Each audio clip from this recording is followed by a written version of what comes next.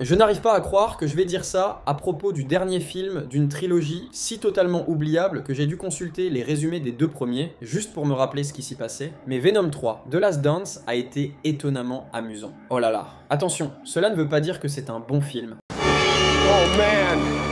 Oh God! Oh man! Pas du tout. Le scénario est une suite d'incohérences forcées, s'appuyant sur les coïncidences les plus improbables juste pour avancer, et il oscille sans cesse entre une course sérieuse contre la montre pour sauver l'univers et un road trip burlesque. Les personnages semblent oublier régulièrement que l'avenir du monde repose sur leurs décisions, juste pour passer une soirée musicale à Vegas. Et le scénario est desservi par un casting pléthorique, où des acteurs talentueux se retrouvent parfois inutiles et gaspillés en chemin. Cela dit, Venom 3 parvient quand même à être assez drôle et plaisant par moments, et offre une conclusion relativement émotive, d'une manière que les précédents films n'avaient jamais réussi. Le film dure presque 2 heures, mais avance à un rythme soutenu sans devenir lassant. Et il a accompli quelque chose que je n'aurais jamais cru possible. Il a réussi, d'une certaine façon, à me faire m'attacher un peu à Eddie Brock et à l'extraterrestre qui vit en lui. Bien, commençons notre résumé de l'intrigue. Voulez-vous, l'histoire débute dans un bar au Mexique où l'on annule immédiatement la fin du film précédent, avec Venom déclarant qu'il en a fini avec toutes ces histoires de multivers. Bon début, voyons où ça nous mène.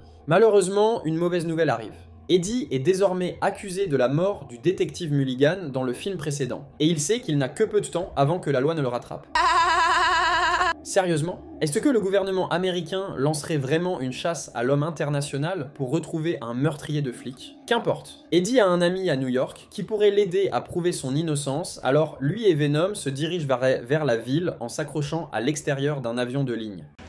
You serious? Oui, sérieusement. Pourquoi pas? Après tout, ils se font attaquer par une créature extraterrestre et s'en sortent de justesse. Venom explique alors qu'il s'agit d'un chasseur de symbiotes envoyé par un méchant nommé Knull. Really?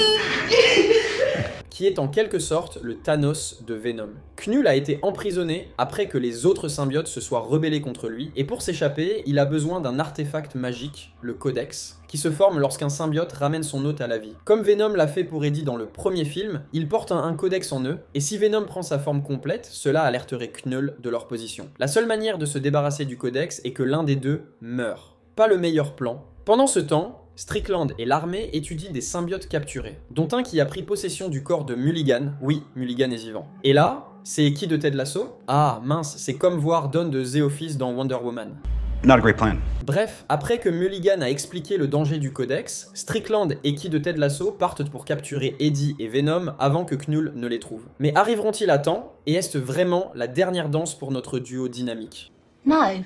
Comme je l'ai dit, l'un des principaux problèmes de Venom 3 est son manque de cohérence de ton, surtout dans le deuxième acte. Par moment, le scénario veut que l'on prenne très au sérieux la menace de Knull, la destruction potentielle de la Terre et la mort de Venom, mais à d'autres moments, il oublie tout cela pour permettre à Venom de danser avec Miss Chen à Vegas ou de chanter avec une famille de hippies en route vers la zone 51. Le film essaye de tout faire, et le résultat est un mélange de tons qui donne le torticolis. Le film souffre aussi d'un casting trop fourni, qui de Ted Lasso est plutôt bien, même si elle est sous-développée, mais elle est éclipsée par un autre scientifique, très similaire, qui finit par accomplir la moitié de ses actions dans l'intrigue. Ressusciter Mulligan est également un choix étrange, car il ne fait rien d'autre que paraître triste dans une pièce. Ça gâche un acteur talentueux.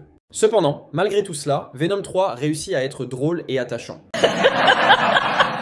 La complicité entre Eddie et Venom reste le meilleur atout de la trilogie. Ils échangent de nombreuses répliques amusantes, et ils ressemblent désormais à de véritables amis. Tom Hardy reprend le rôle avec aisance. Le troisième acte offre également des scènes d'action assez réussies, avec une armée de symbiotes affrontant des créatures extraterrestres maléfiques, des soldats humains au milieu et une multitude d'explosions. Et comme je l'ai dit, la fin a un côté émouvant. Ce n'est pas au niveau des moments les plus poignants du MCU, mais on sent que les créateurs ont voulu offrir une conclusion satisfaisante. J'ai toujours vu Venom comme une étrange branche indépendante, coincée en dehors du MCU par des questions de droit et de licence. Les deux premiers films n'ont rien changé à mon opinion, mais The Last Dance a, si ce n'est autre chose, fourni une conclusion assez satisfaisante à l'histoire d'Eddie Brock. Si vous cherchez quelque chose à regarder en octobre sans être fan des films d'horreur, alors votre temps ne sera pas totalement perdu avec cette dernière danse. Bon, c'est tout ce que j'avais pour aujourd'hui, vous pouvez partir maintenant.